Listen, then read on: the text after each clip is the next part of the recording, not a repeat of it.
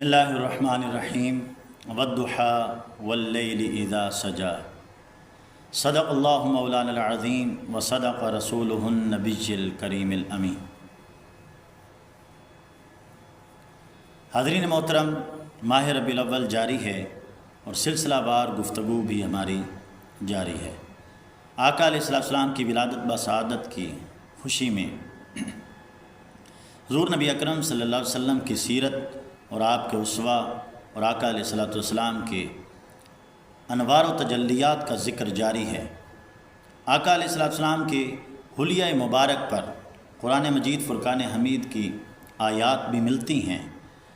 اللہ رب العزت نے والضحیٰ کہہ کر آقا علیہ السلام کے چہرے کی قسم اٹھائی، واللیل اذا سجا کہہ کر آقا علیہ السلام کے زلفوں کی قسم اٹھائی۔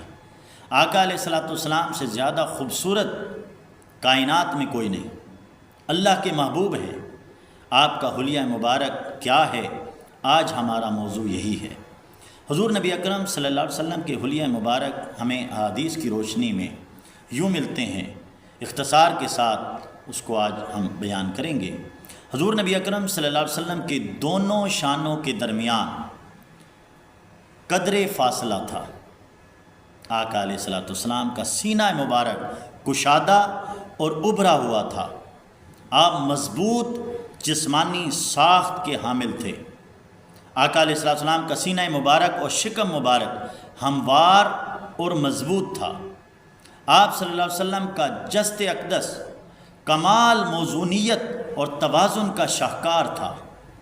آقا علیہ السلام کے جسم اقدس کا کسی بھی حصے کا گوشت ڈھیلا یا لٹکا ہوا نہ تھا۔ آقا علیہ السلام کی پشت مبارک پر دونوں شانوں کے درمیان مہر نبوت ثبت تھی۔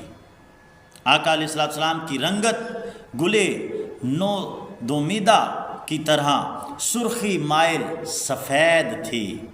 جب آپ صلی اللہ علیہ وسلم اپنے شانہ ہائے مبارکہ سے قمیض ہٹاتے تو آپ صلی اللہ علیہ وسلم کے جسم مبارک کی رنگت خالص چاندی کی طرح دمکتی دکھائی دیتی تھی۔ آپ صلی اللہ علیہ وسلم کی گردن مبارک چاندی کی ستون کی طرح چمکدار تھی، چاندی کے ستون کی طرح چمکدار۔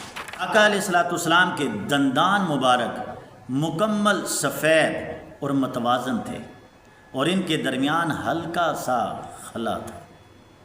جب آقا علیہ السلام خوش ہوتے اور آپ کے چہرے اقدس پر چاند کی طرح آپ کا چہرہ اقدس چاند کی طرح چمک اٹھتا تھا۔ جب آپ صلی اللہ علیہ وسلم گفتگو فرماتے تو ایسا محسوس ہوتا کہ آپ کے دندان مبارک سے نور خارج ہو رہا ہے۔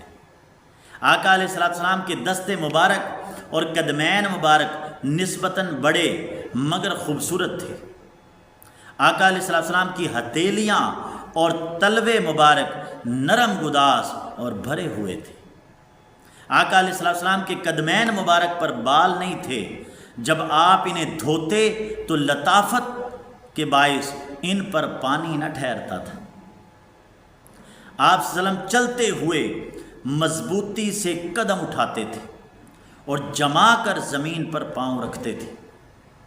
جھک کر اس طرح چلتے یوں لگتا جیسے بلند پہاڑی سے نیچے کی طرف تشریف لا رہے ہیں۔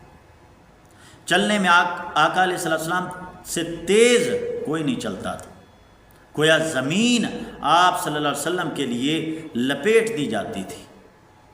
آپ صلی اللہ علیہ وسلم کے ساتھ چلنے والوں کو ساتھ دینے کے لیے پوری کوشش کرنی پڑتی تھی، بھاگنا پڑتا تھا، دوڑنا پڑتا تھا۔ جب کمزور لوگ سفر میں آپ صلی اللہ علیہ وسلم کے ساتھ ہوتے تو آقا علیہ السلام یا تو انہیں سواری پر بٹھا دیتے تھے یا پھر اپنی رفتار کو کم فرما لیتے یا انہیں جانوروں پر سوار کر دیتے اور ان کے لیے دعا بھی فرماتے تھے۔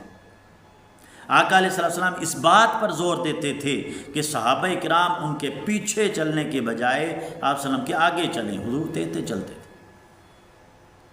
آقا علیہ السلام کا رخ انور تمام انسانوں کے چہروں سے زیادہ خوبصورت تھا، تمام انسانوں کے، اور آپ صلی اللہ علیہ وسلم کی جسمانی ساخت تمام انسانوں میں سب سے زیادہ دلکش اور خوبصورت تھی۔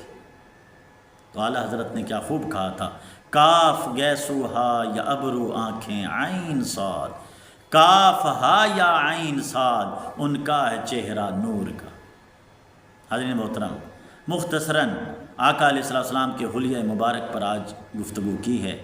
اللہ رب العزت کی بارگاہ میں دعا ہے اللہ رب العزت ہمیں آقا علیہ السلام سے سچا عشق اور محبت کرنے کی توفیق عطا فرمائے۔ والسلام۔